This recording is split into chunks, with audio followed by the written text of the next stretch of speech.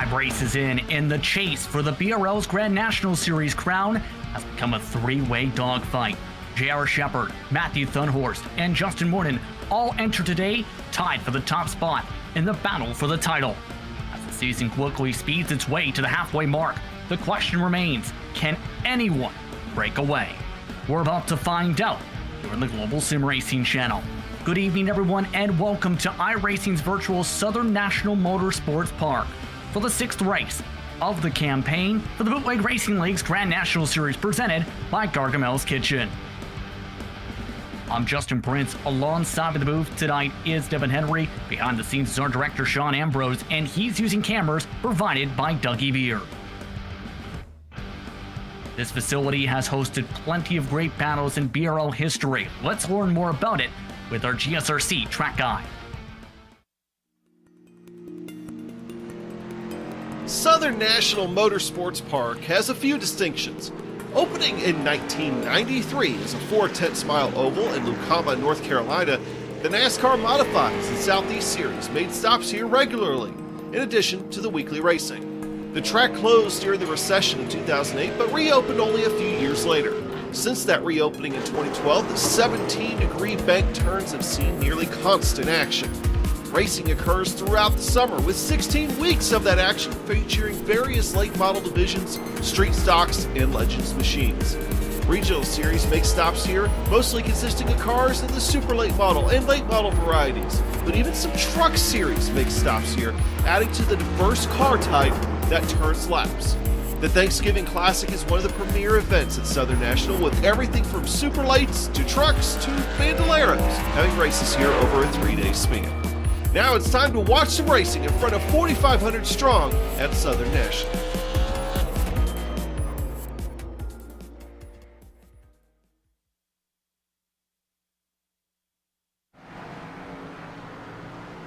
That was a look at your GSRC track guide for Southern National Motorsports Park. Now let's bring my colleague and Devin Henry, who I learned we share a birthday with, which just so happened to be yesterday. But today, these drivers are ready for a championship battle here at this tough facility. Yes, happy birthday to you, Justin, as well. It's been a fun weekend. Now we get to come together at one of my favorite tracks on the service when it comes to short tracks. The 17-degree banked 4/10 mile oval is just an absolute blast, the way that you can really carry speed into these corners. You go to a track like, say, Lanier. When you try to really carry speed into there, it's just too flat to really utilize that speed and whip around that corner. You just get really loose and spin out.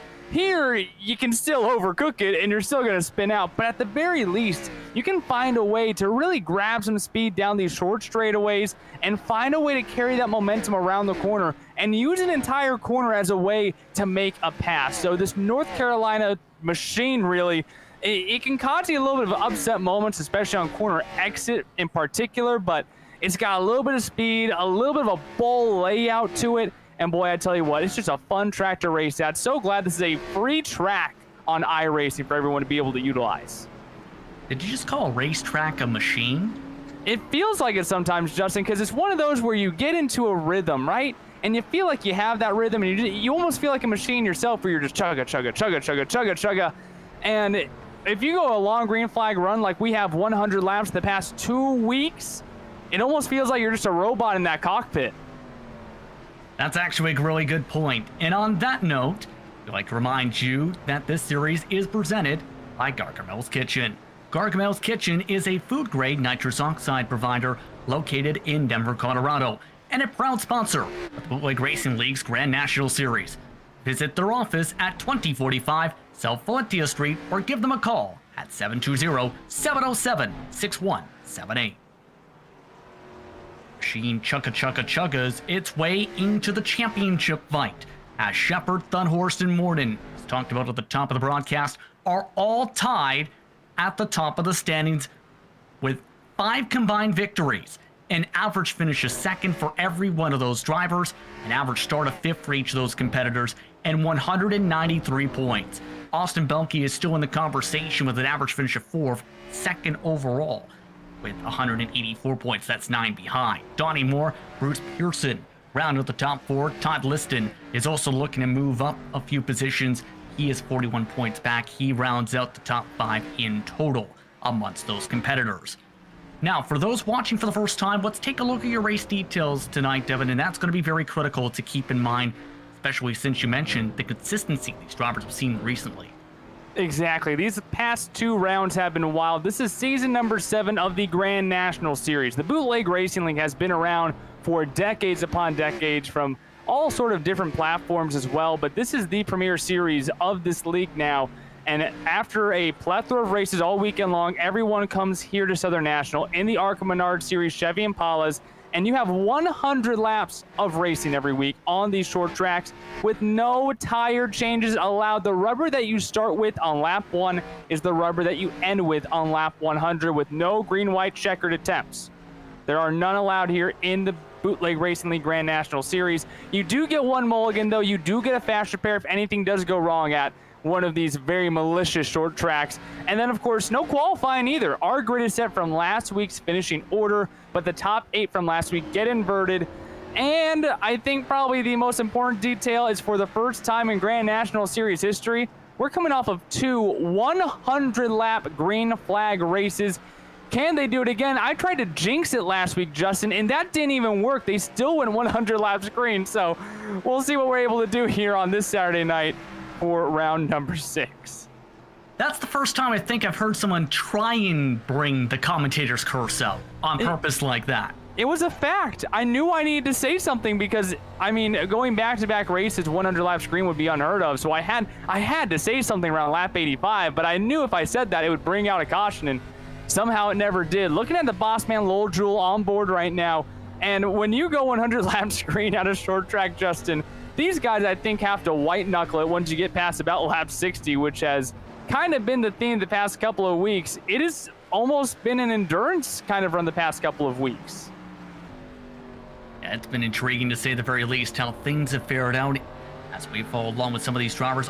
Austin Belke, on with, he's right behind the boss man Lowell Jewell, currently top 6 on the board in practice. Is he having a lot of fun from his viewpoint with a smile on his face, trying to get into that rhythm around the bottom of the racetrack, which is also very critical, as well as making sure you avoid cars who may have slammed into the wall. Justin Morton and his VR, also a good example of sticking to the bottom.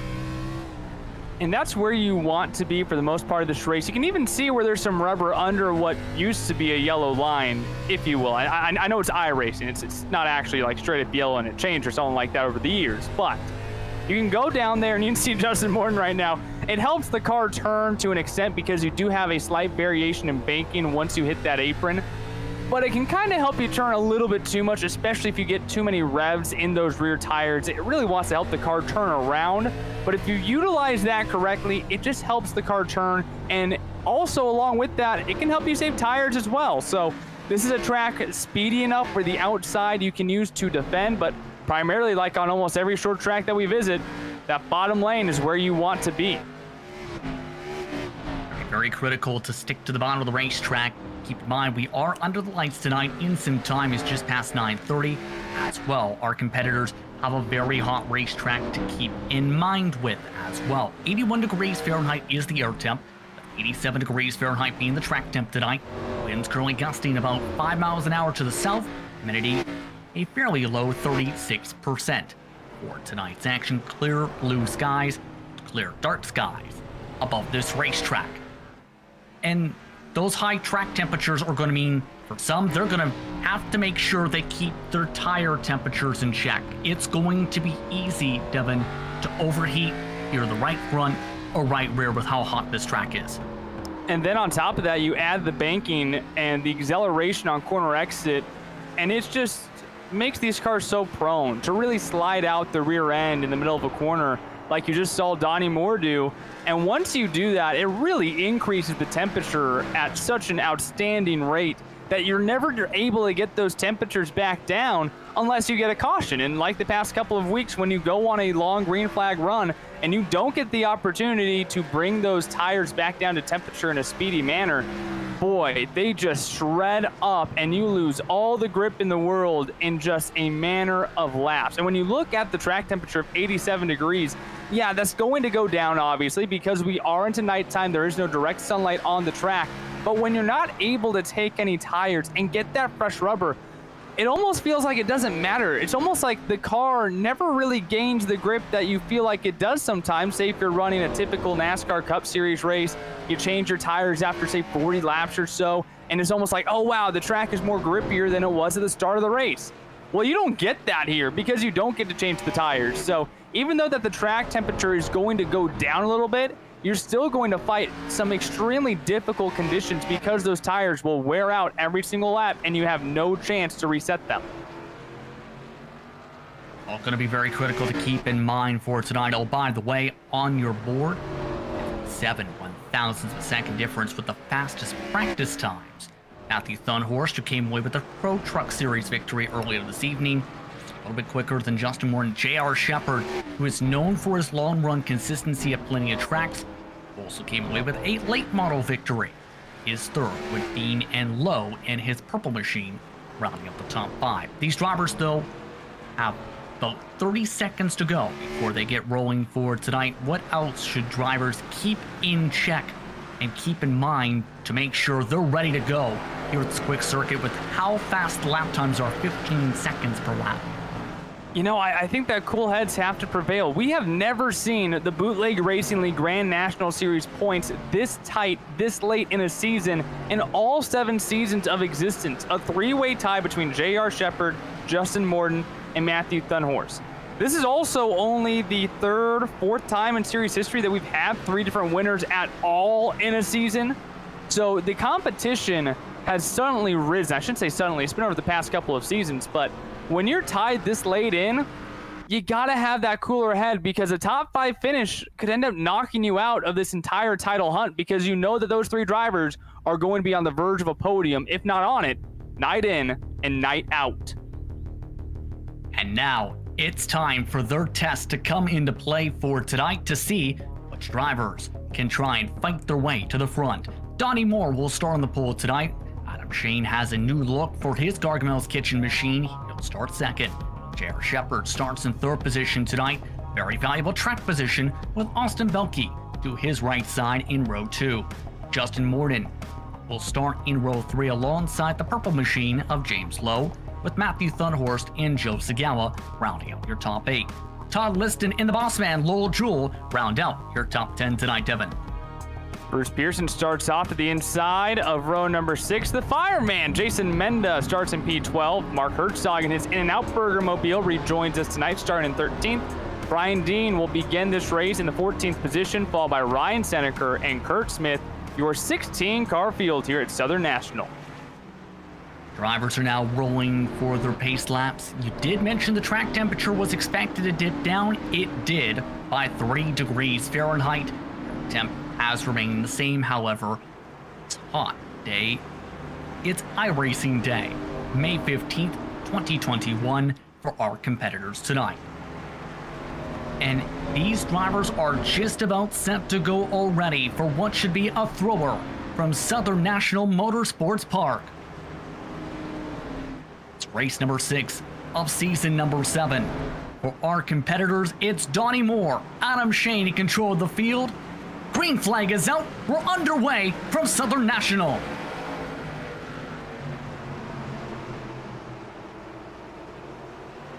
And a great start for Donnie Moore. A bit of a bobble, though, down the back straightaway. Adam Shane keeping to the quarter panel. A sandwiching of cars, and Justin Morton's around. Todd Liston also spins. Caution is out. How did those 2 not get hit? I'm not sure. Well, there goes 200 laps of straight green flag racing down the toilet. And it actually happens between a pair of drivers who often communicate with one another very often. It's Matthew Thunhorst getting into the rear bumper of the 9 of Justin Morton. And this all starts with a checkup here. Donnie Moore, very, very conservative going into turn number 3. The 98 slams on the brakes. The 9 slams on the brakes. And I think Thunhorst just expected either the 9 to move up or that line to actually speed up at some point, which they did not. Just barely clips that left rear quarter panel. Around goes the 9. And just like that, from a top 5, top 10 at least starting position, now Justin Morton falls back to the 15th position, and Todd Liston just along for the ride on that one. Not the way Justin Morton needed this race to start. That heats up your tires, obviously, as well with that slide. That potentially hurt him for much of this race, as well as the fact he's going to have to fight through all those cars. His championship rivals are currently still scored 3rd and 6th, respectively. Absolutely huge for the early complexion of this race. And you know what else is huge here, Justin? We saw that outside lane, the second row back. Austin Belkey didn't get a good jump, but Adam Shane kept up, fought back, and now he will restart on the pole position here on this restart. Adam Shane took the lead coming to that last timing stripe. Great start for him to now have the lead. We'll see if he'll be able to hold on to it with that red and black car. Green flag is out. Back underway on lap number 6.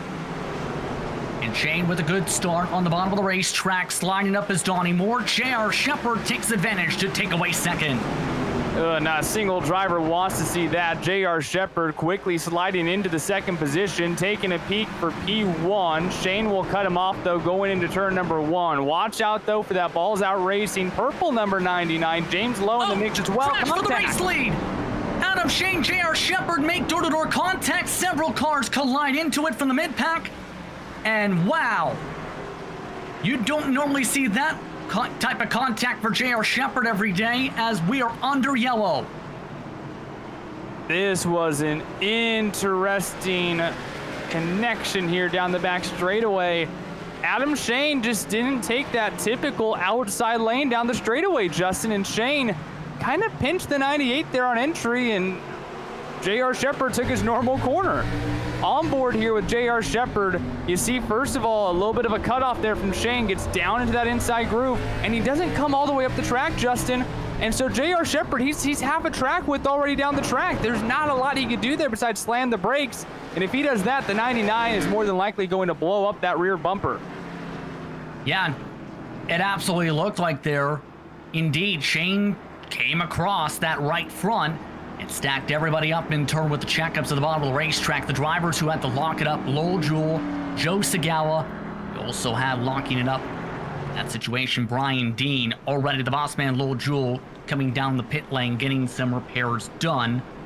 At the moment, Shane has come down and has had a 3-second pit stop in his regard. So an interesting sequence.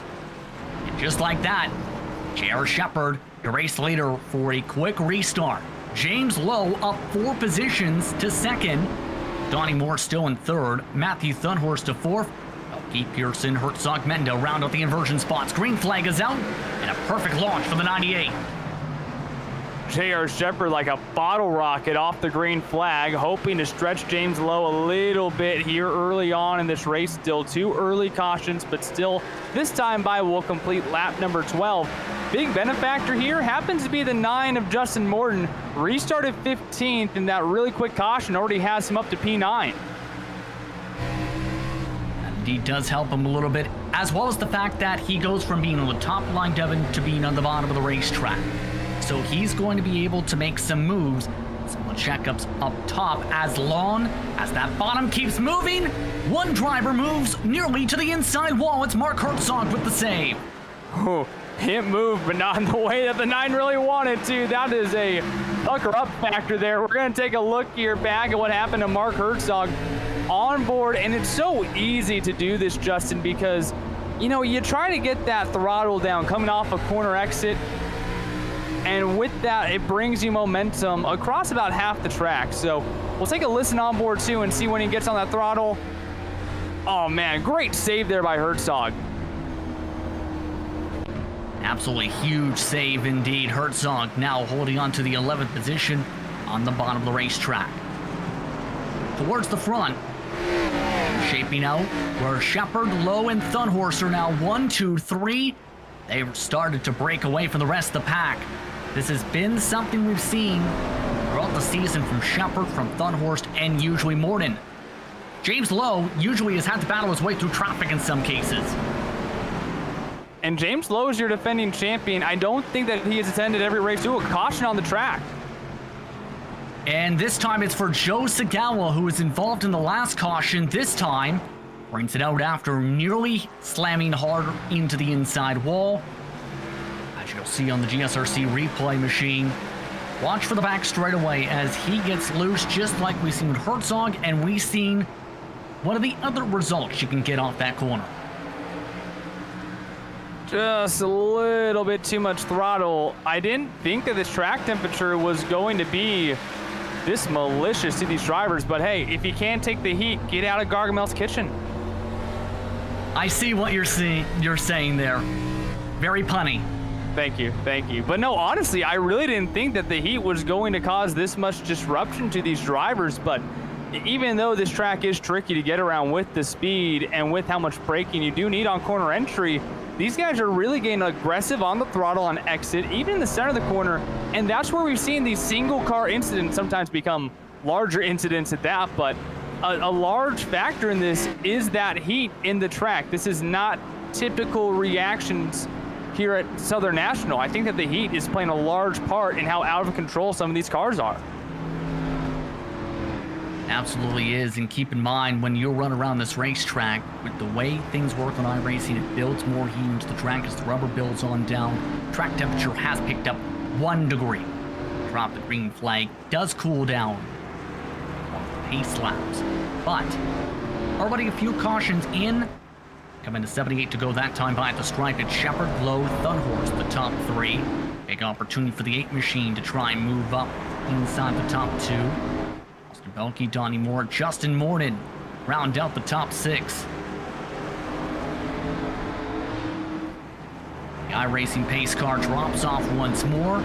Green flag is up. Another good launch from Shepard. Matthew Thunhorse caught sleeping this time as Lowe tries to go to the bottom. Can't get fully down there as Lowe bobbles around and Thunhorse forced to check up. Boy, Lowe would have had the momentum coming off of 2 to slide into that second position. Now getting routed to that outside lane. Matthew Thunhorse using the inside, hoping to take away P2. He does so and now will set his sights on J.R. Shepard. And this has been an intriguing battle throughout the campaign between Shepard and Thunhorse. Thunhorse has had some strong pace, but Shepard has been also strong with his multiple championships. But James Lowe is having a busy time trying to hold on to third. Right now, Austin Belke and Justin Morton are right over his tailpipe right now. And I tell you what, Justin, I can't exactly put my finger on what Austin Belke is in tonight. Typically, it's always a Jeff Gordon throwback. But I searched, I can't find a gray Jeff Gordon car like this. What it looks like is a fantasy mix between a Jeff Gordon flame paint scheme from the mid-2000s and the Jimmy Johnson machines from the mid-2000s when he won his championships. That's the best I can put on it. I don't remember a Pepsi Billion car to my knowledge. I remember this car. It's just the race specifically from which it competed in, because it was about 16 years ago, 16, 17 years ago, where he was the only Pepsi-sponsored car with this paint scheme, Jeff Gordon was, which beat 8 Coca-Cola cars to win the Pepsi 400 that year. So this car did run in real life. We always see him running with this machine. Speaking of drivers having to run very deep, Donnie Moore lost it coming out of turn 2, made it 3 wide for a moment. In the next pack back, Bruce Pearson was just able to take advantage. They're still running 3 wide for about 7th on back. Boy, you don't love to see that, as they will just barely squeeze it back to 2 wide. Herzog was stuck on that inside lane. He had Adam Shane behind him. Whoa, Donnie Moore gets loose and collects Shane. And the caution flag is out once again. Hard contact to the inside wall. Boy, oh boy, are the tempers flaring. Shane with significant damage now in the 65. Donnie Moore was getting looser and looser, and this time he collected a car with him. Again, that's just on corner exit, trying to get on that throttle, and the rear tires rev. It doesn't grip to the track, and you go around. On board here, nothing Adam Shane can do. And a big smack to the wall. And keep in mind, he's already used the faster pair too, Devin. So that's going to be very big for his race. In our news, Justin Morton will start on the bottom here in 5th. Boy, I got to go back, Justin. Major applause to you on that Jeff Gordon paint scheme. I mean, you outdid any internet browser. I'm trying to search over here like gray Jeff Gordon Pepsi billion car. I was like, I can't figure this out. All I can tell is it's Jimmy Johnson colored. So major kudos to you, man. Absolutely. I'm usually impressed with you every week, but man, it's another level now. Well, remember this car? I think I had the die-cast for it as well. So it helps a little bit when it's a memorable car and from a memorable race. And it's unique too. Probably only ran once, I would assume. I don't recall this at all. I'm now looking at a picture, but I do not recall this car whatsoever. Indeed. And you know what? On top of that, what a find by Austin Belke on that note, by the way. Where does he find these? Rating paints? Yes, I've looked up Jeff Gordon paint schemes before, though. I'm a happy fella now. Adam Shane is out of the race. He's not happy. You would have to assume after the contact. But that leaves 15 happy campers looking to stay happy. Green flag is out. Not as good of a launch for Shepard this time. Thunhorst just barely holds on to the right rear quarter panel, making it side by side down the backstretch. And that's all you need to help pinch them down on corner exit. It abbreviates that momentum. Can't quite hold on to it as he slides up towards that wall, still side by side here into 1. Thunhorst having a very critical battle for this early portion of the race. These two horses need that separation to take over the lead outright near contact.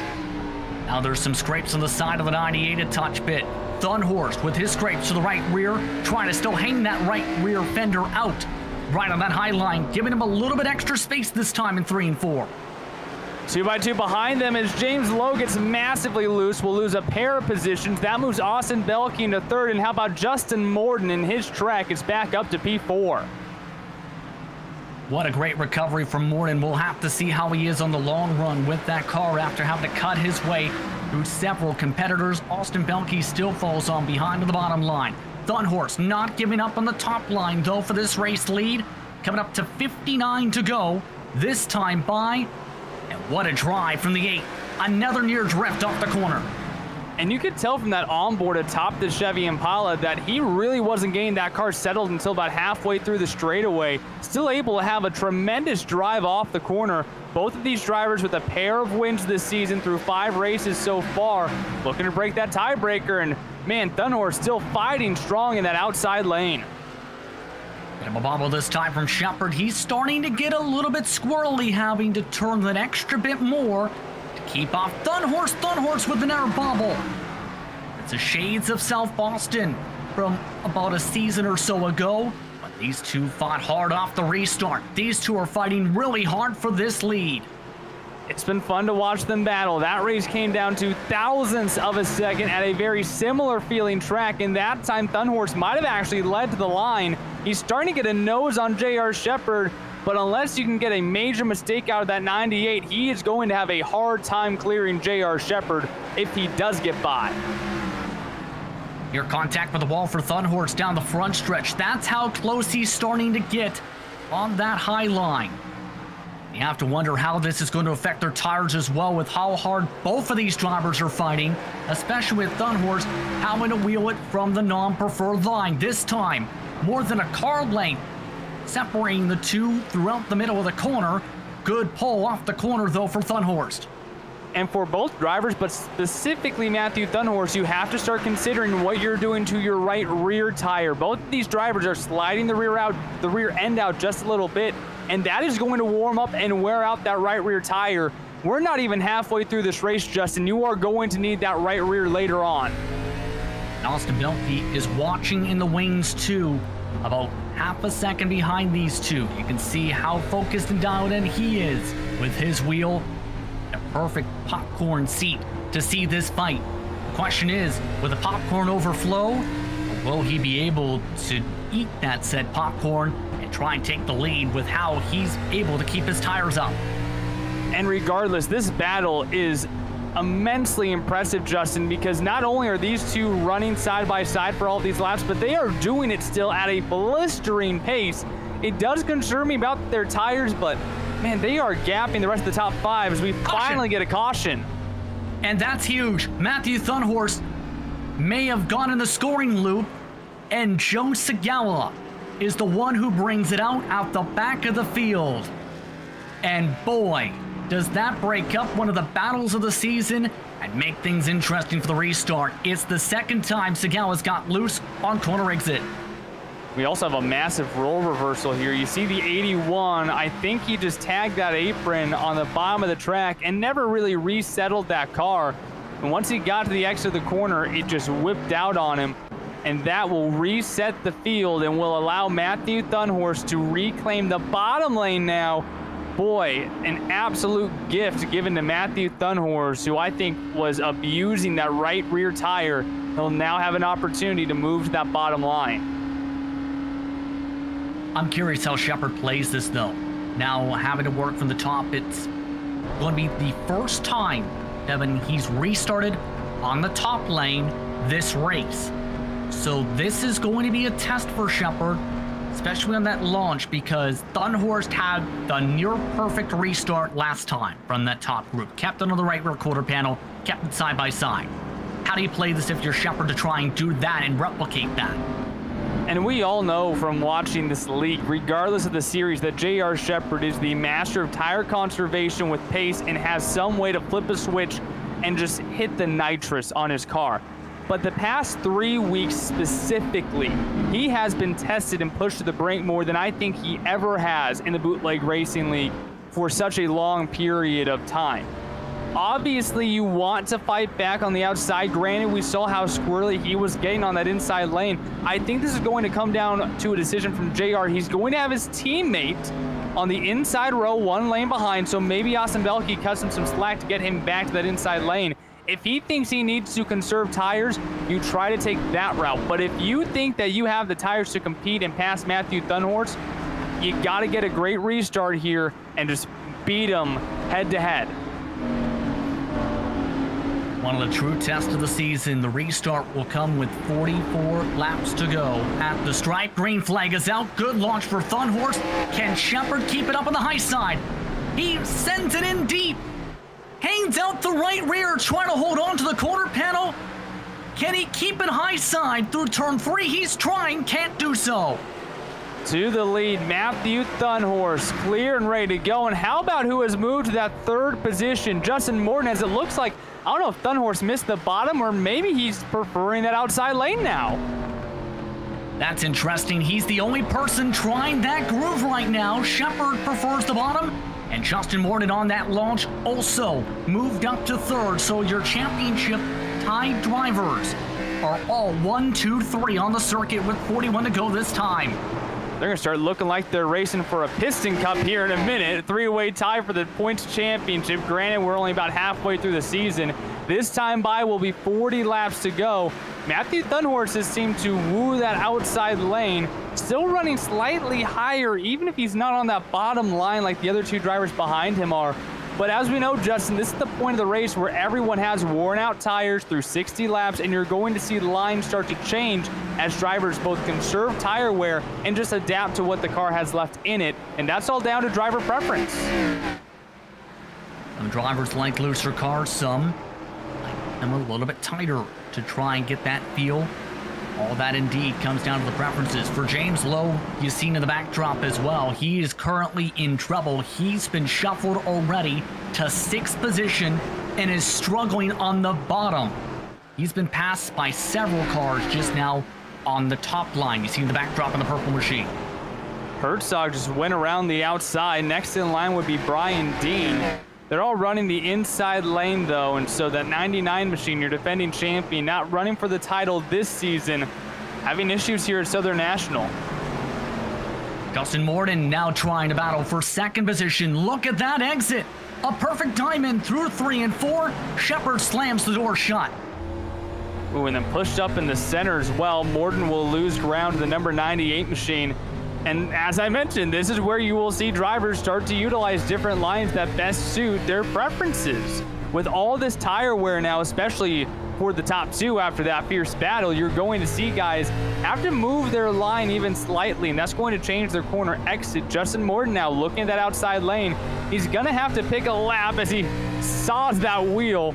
When do you need to get by J.R. Shepard if you want a shot at Matthew Thunhorst? You can only lay back for so long before you need to blitz to get to P2.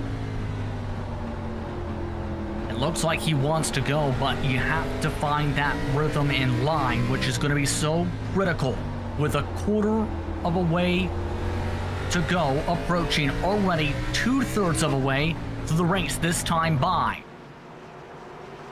And that's the tough part. I like how the 9 has a little bit higher entry on corner entry, I should say. And then you see him just dive down, try to cut off the end of 2 and 4. I think he's gaining time to the 98, but then of course, Justin, as we all know, then you got to pass him. That's going to be very important. And from what we've seen, and close for some competitors when it comes to the bumping and banging throughout this race. Bit of smoke you may have just noticed, by the way. That smoke came from Joe Sagawa again, drifting his way through the corner. We stay green. Lap traffic is ahead, pulling off the racetrack. Donnie Moore, who also nearly ran over Sagawa. Sagawa also moves to the bottom of the racetrack. You see him now on the apron. Under 30 laps remain now in this race, and you still have Matthew Thunhorst controlling the pace of this race. That said, J.R. Shepard really hasn't fallen too far off where he was, say, 10 laps ago. So we're going to have to wait and see, Justin, if that 98 has anything left in those tires to make one last push at the 8. He's been keeping him in view, though. We'll see if Thunhorst can try to blow him away here probably in the next, I don't know, 15 laps maybe. Let's take a look as these drivers sort themselves out towards the transfer spot, and James Lowe is continuing to slide backwards to the point where he's running up to a 10th or 2 slower than the rest of the competitors. Brian Dean is reeling him in, as well as a group that features Herzog and Liston. Right now behind them is Jason Mendes 7/10 back. So let's look at the inversion spots and how that back end of the top 8 is faring out. Some of them really fighting hard and trying to hold on to their cars. P8 is that provisional pole. You see Todd Liston hoping to hug that inside lane, and we're just kind of bouncing around in the center of the corner, pushing on exit. And this is where it continues to become difficult. The temperature not plummeting as much as you need with how much wear you're getting on these tires. Oh, excuse me, it's not plummeting at all. It's higher than it was in practice, in fact. Nonetheless, you have to figure out what does your car work with now. And this is what makes great race car drivers and even sim drivers. The adaptability to your machine becomes vital in runs like this. Being able to adapt to the changing conditions, the track temperature, which has picked up to 88 degrees once again, as well as just trying to adapt to how these competitors are racing around the racetrack. Also very vital if you want to be able to move forward and, in some cases, hold on to positions throughout the pack. These drivers closing in towards 20 laps to go. Those just tuning in, half a second is the distance between Matthew Thunhorst, J.R. Shepard up in the front. Justin Morton holding on to 3rd position after an early spin. Elke, Herzog, Liston, Lowe, Dean round out your inversion spots at the moment. And James Lowe with a mirror full of Brian Dean as he continues to try to hunt down the number 87 machine, but Brian Dean is there. He knows for a fact the difference between finishing 8th and 9th, what that means for next week. You finish 8th, that means you are on the provisional pole for next week. You finish 9th, you're on the provisional 9th place starting spot for next week. So even though it's just one position on the track, it's 8 positions as he just scrapes the wall a little bit there. It's the difference of 8 positions come next week on the starting grid.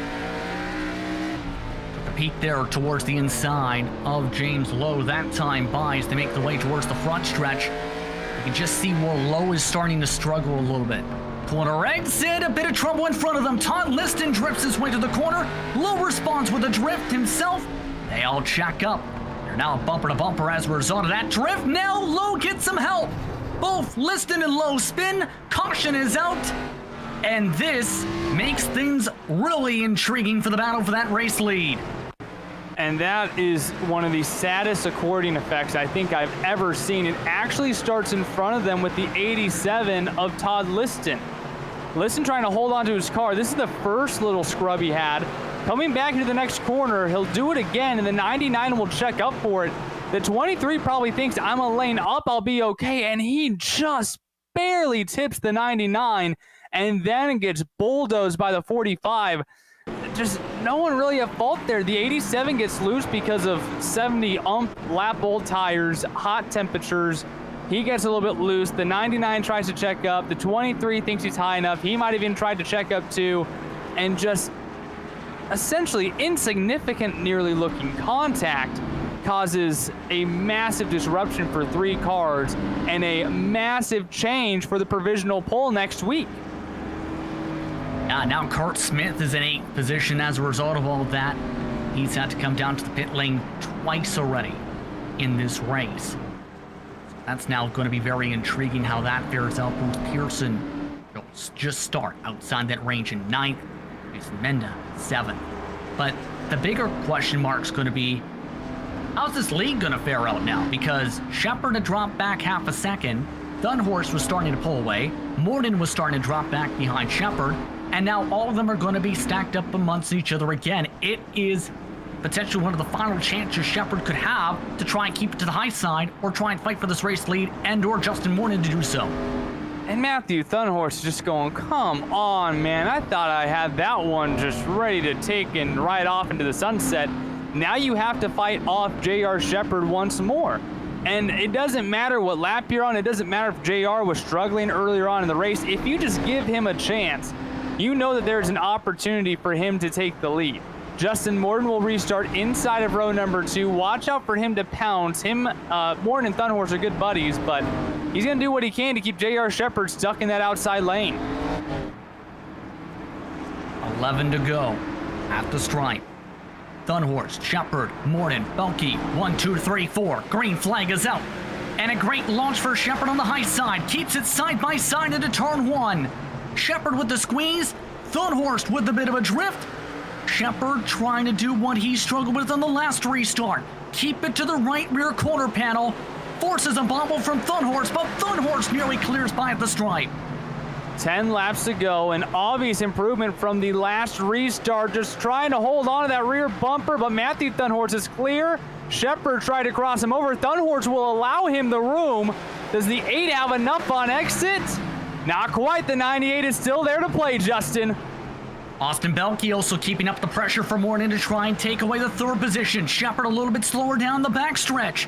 Thunhorst higher up the hill through turn 4. Shepard can't get the pole though. Thunhorst is clear. Can he slam the door shut fully though? Yes, just about down the backstretch.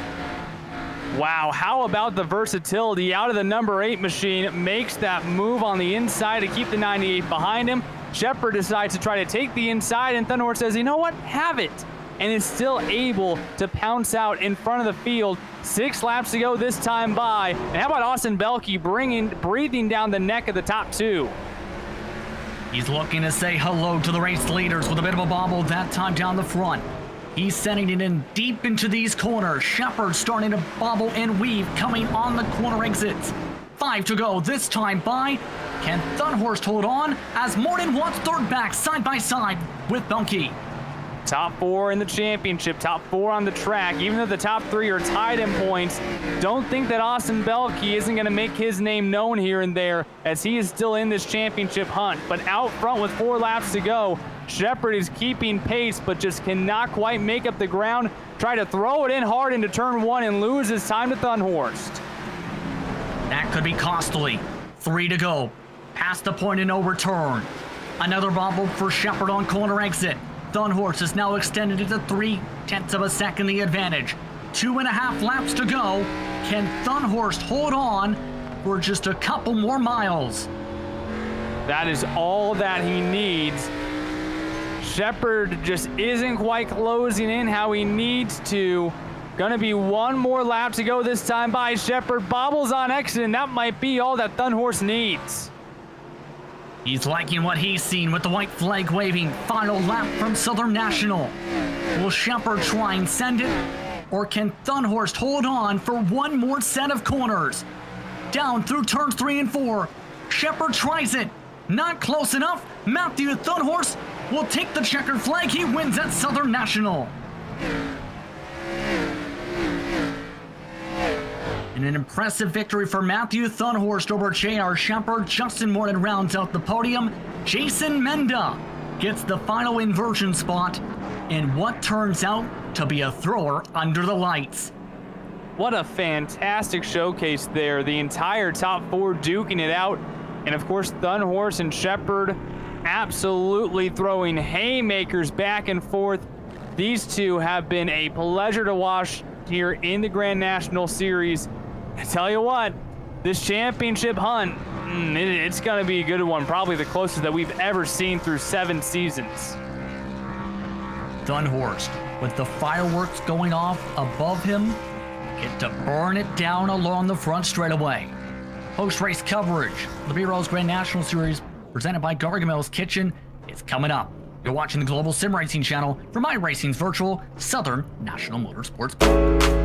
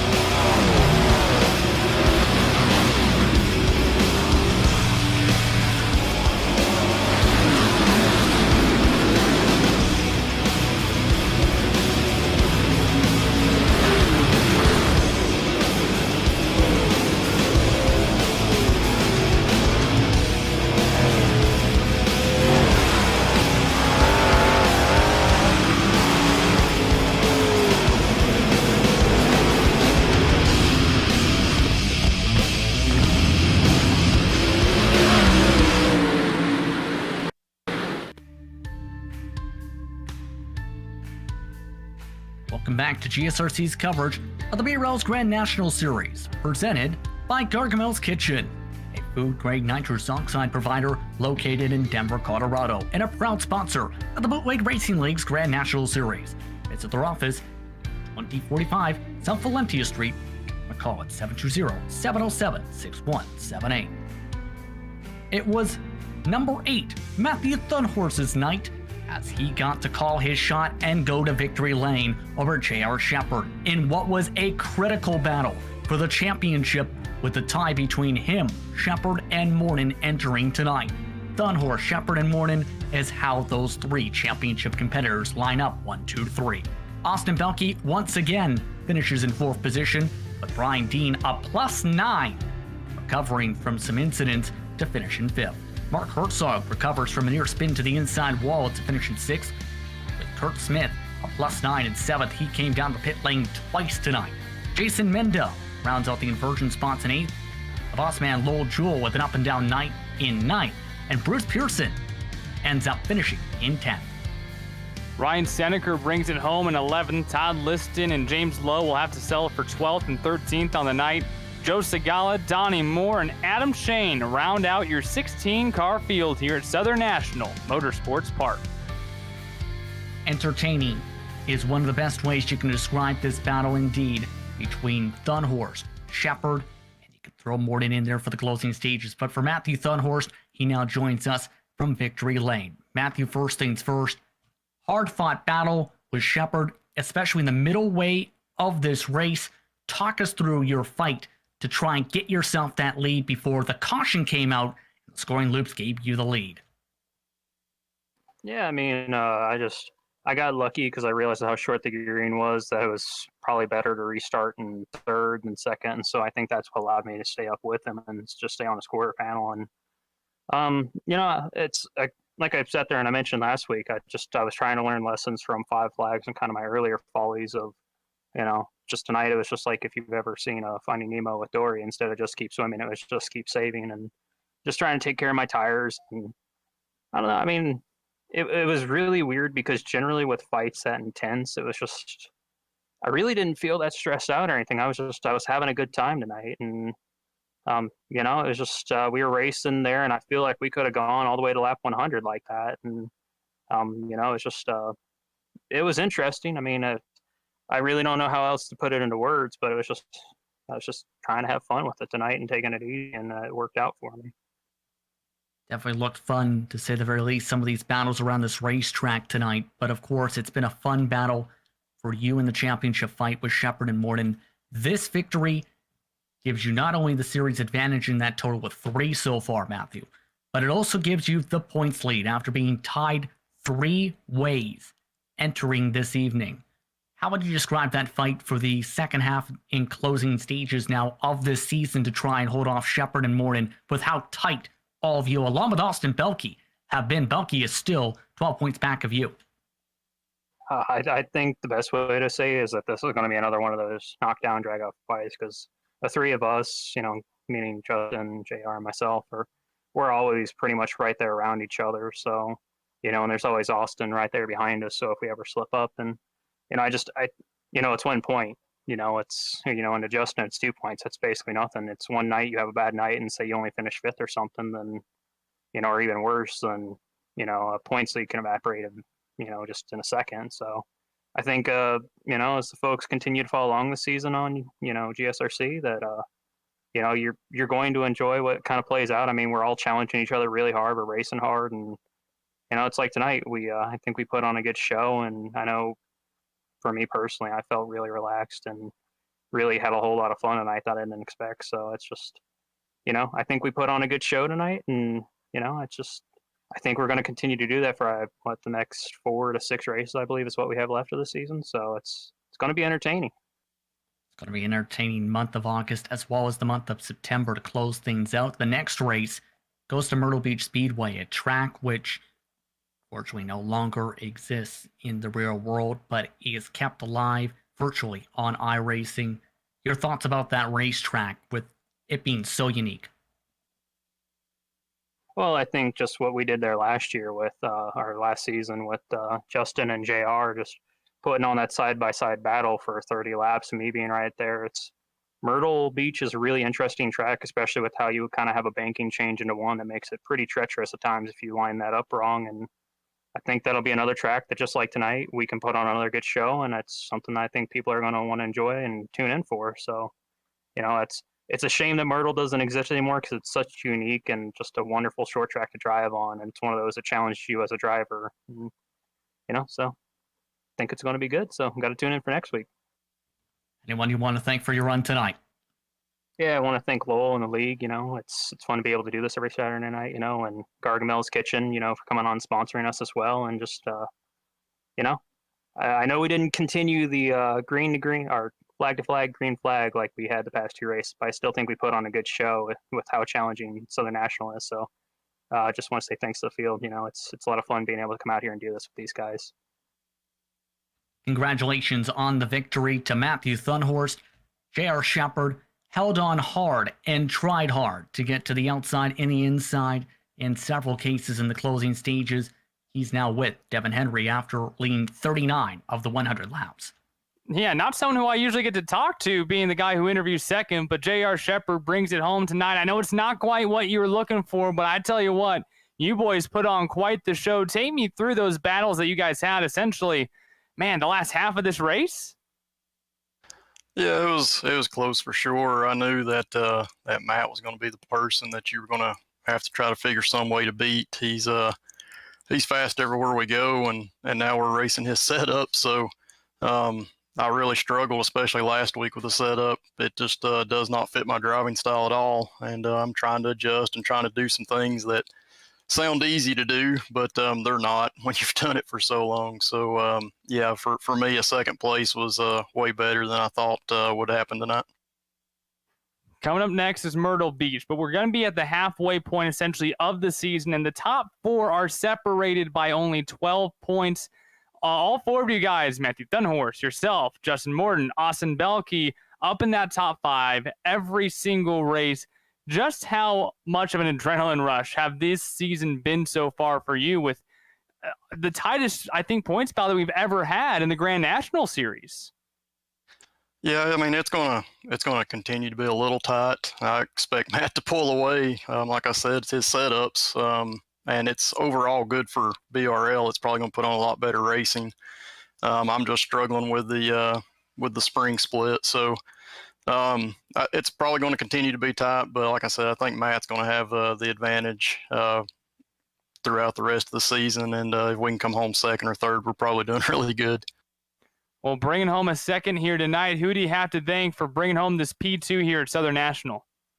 Yeah, just thanks to my team, Different Path Motorsports, to BRL and everything that Lowell does there for us, and to Gargamel's Kitchen for being a great sponsor in this series. So we really appreciate that, and hopefully racing like tonight will attract more people to this series. J.R. Shepard bringing it home in P2 here at Southern National. Congrats, J.R. Thank you, guys. Appreciate it. And rounding off our podium, Justin Prince is caught up with Justin Morton. And for those who do not know, in the Discord, Justin Morton has an icon that is essentially a pink blob with a wide open shocked face.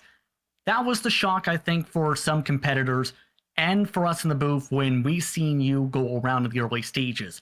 That face also stuck around for your recovery drive to get yourself to the top three. Justin, how difficult was it to recover from that early incident to get yourself back to the podium positions? I would say it was a little difficult. I was trying to plan my way on how I was wanting to do it. There was that wreck that brought out the caution after that. I was thankfully far enough back that I was able to get around it safely, and I made up a ton of spots. It sucks that it was at the expense of a lot of people going around and getting wrecked, but that really made my job a lot easier. After that, it was just trying to slowly pick off spots one by one. We've seen your camera that you run with VR. How is it like running, from your perspective, short tracks like this, quick 0.4 of a mile bowl around the circuit to try and make sure you get everything right, make sure you don't get dizzy, make sure you have everything all set to go in that car?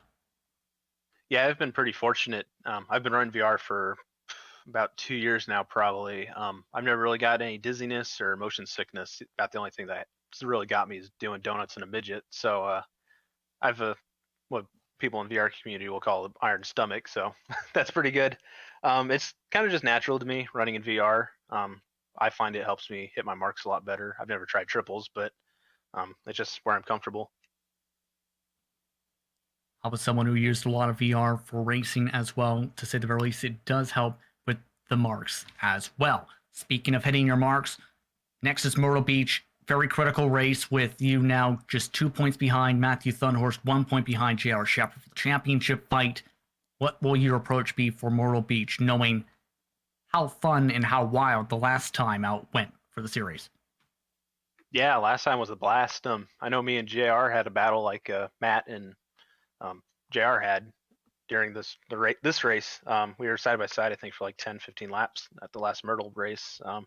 I won that race. That was my first win in the Grand National for maybe a year. So yeah, I'm looking forward to going back to Myrtle. It's one of my favorite places. It's a bummer that they actually tore down the real track, but we got to still enjoy it on the iRacing service. Anyone you want to thank for the run tonight? Yeah, I'd like to thank my team, Toll Downforce Racing, a great group of guys, Pixel for the amazing paint, Gargamel's Kitchen for jumping on and sponsoring us, Lowell for the amazing league, and thank you guys for doing the great broadcasts every week. Congratulations on the podium, Justin. Thank you. Justin Morton comes home in third, J.R. Shepard second, Matthew Thunhorst first. I'd like to thank them for taking the time to speak with us during post-race coverage. Now, Devin tonight had some great battles, a lot of side-by-side. The second line came into play a few times tonight with Matthew Thunhorst in particular. It was an entertaining race to say the very least, and it was also one where popcorn was definitely overflowing with some of those position battles. I would have to agree with that. I didn't have enough butter and salt to match the amount of popcorn that we had boiling here. I mean, this is one of those tracks that just creates some of that great racing with that sometimes multi-groove racing to go along with just that absolute speed and some very meticulous tire wear on these cars. And if that second lane wouldn't have shown up, it would have made things more interesting, but I don't think it would have made it more exciting. And you look at what we have for the rest of this season, boy, I'm looking forward to these guys continuing to throw those punches and just, they put on great shows. They put on very respectful racing, but still entertaining. So I'm excited to see what the rest of the season holds with 3 drivers separated by 2 points here. Now we're at the halfway point. And now it's the true test to see who can separate themselves out after being all tied up entering tonight. It's going to be critical, to say the very least, these next few weeks. Well, we'd like to thank you for tuning in into tonight's race from the virtual Southern National Motorsports Park. We'd also like to thank the Bootleg Racing League for organizing this exciting series and its title sponsor, Gargamel's Kitchen. I'd also like to take the time to thank the companies that provide the software and hardware for a broadcast listed on screen, with additional thanks to Jude Luan, who provides your wonderful music. See the screen for how to get a hold of more of the great work. Thanks to the great team tonight in Devin, Sean, and Dougie. You can find out more info about GSRC at globalsimracingchannel.com or our social media listed on screen. Also, be sure to check out our merchandise store at simracingmerch.com/GSRC. Keep a link in the description for our YouTube version of our broadcast. Don't forget to subscribe to our YouTube channel, as well as hit the notification bell so you don't miss a moment here on GSRC. The next time out, these drivers will head off to what is essentially a legacy track now, with these drivers no longer having the real world facility. It's Myrtle Beach Speedway. That'll take place August 14th at 8:50 p.m. Eastern Time. Coverage will start green flag approximately 9 p.m. We also have upcoming races for other series listed on screen, so check those out and mark them down in your calendar.